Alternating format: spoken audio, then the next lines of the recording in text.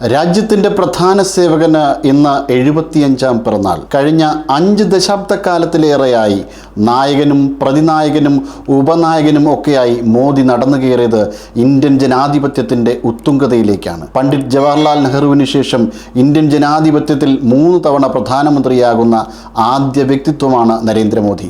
വിരോധികളുടെ വിമർശന ശരങ്ങൾക്കും അനുകൂലികളുടെ പൂവിട്ട് പൂജിക്കലിനും ഇടയിൽ ഇന്ത്യൻ രാഷ്ട്രീയത്തിൽ മോദി എക്കാലത്തും നിലനിൽക്കുന്ന അജയ്യമായ സ്ഥാനം അരക്കിട്ടുറപ്പിച്ചു കഴിഞ്ഞു. വയസ്സ് 75 കഴിയുമ്പോഴും 17ന്റെ ചെറുപ്പത്തിലാണ് നരേന്ദ്രമോദി.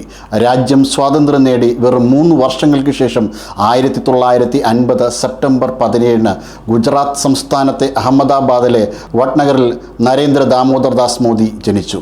മൂൽചന്ദ് മോദിയുടെയും ഹീരാബെൻ മോദിയുടെയും 6 മക്കളിൽ 3ാമനായാണ് അദ്ദേഹം ജനിച്ചത്. വളരെ സാധാരണമായ കുടുംബ സാഹചര്യങ്ങൾക്കിടയിൽ ബാല്യം ചിലവഴിച്ച നരേന്ദ്രമോദി പഠനത്തോടൊപ്പം വഡ്നഗർ റെയിൽവേ സ്റ്റേഷനിലെ ചായക്കടയിൽ അച്ഛനെ സഹായിച്ചിരുന്നുവെന്ന് സുഹൃത്തുക്കൾ ഓർക്കുന്നു. 1959 RSS ശാഖയിലൂടെയാണ് നരേന്ദ്ര ദാമോദർ ദാസ് മോദി തൻ്റെ പൊതുപ്രവർത്തനം ആരംഭിക്കുന്നത്. തുടർന്ന് തൻ്റെ 17ാം വയസ്സിൽ ഭാരതത്തിൻ്റെ ആത്മാവറിയാൻ മഹാത്മാഗാന്ധി നടത്തിയതുപോലെ ഒരു ഭാരത പര്യടനവും നടത്തി.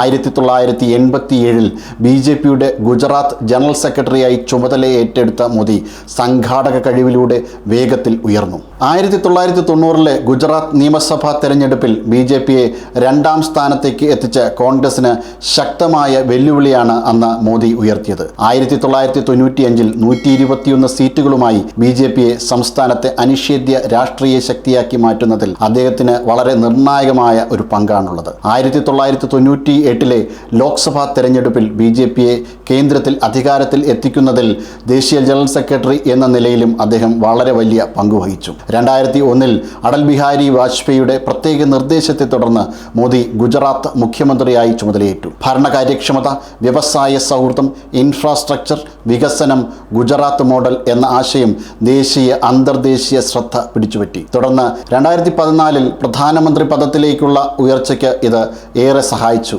അച്ഛേ ദിൻ മുദ്രാവാക്യവുമായി BJP ചരിത്ര വിജയമാണ് നേടിയത്. ഇന്ത്യയുടെ 14ാമത് പ്രധാനമന്ത്രിയായി മോദി സത്യപ്രതിജ്ഞ ചെയ്തു.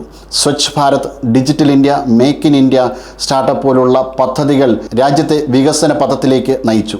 2016 നോട്ട് നിരോധനം, 2017 GST, 2019 ആർട്ടിക്കിൾ 370 പിൻവലിക്കലിനെ അനുകൂലിച്ചും പ്രതികൂലിച്ചും നിരവധി പേരാണ് രംഗത്തെത്തിയത്. പുകഴ്ത്തലുകളുടെയും ഇകഴ്ത്തലുകളുടെയും ഇടയിലൂടെ Modi 75-ലെത്തുമ്പോൾ he continues to be an unavoidable presence in Indian politics.